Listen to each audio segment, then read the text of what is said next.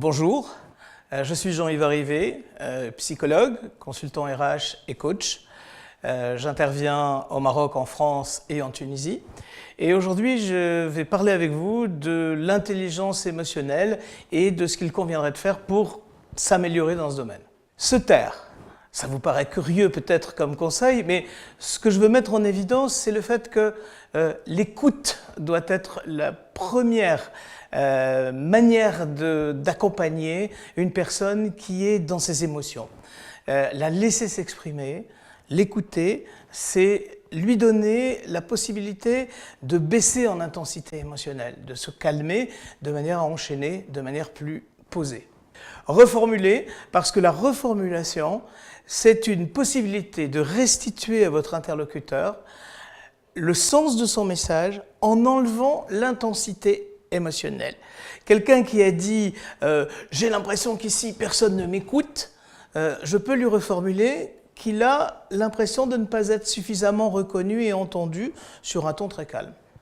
Savoir dire non, de manière assertive bien sûr.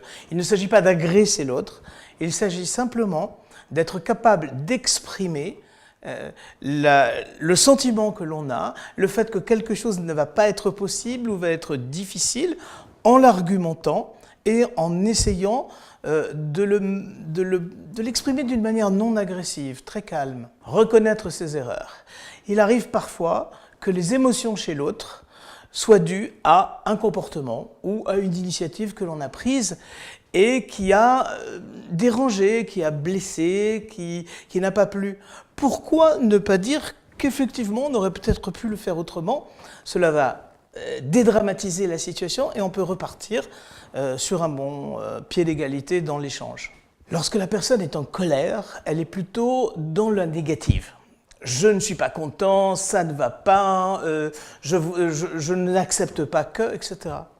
Je reformule, conseil précédent, et je vais lui demander quelle proposition concrète il peut formuler de manière à trouver un meilleur mode de fonctionnement.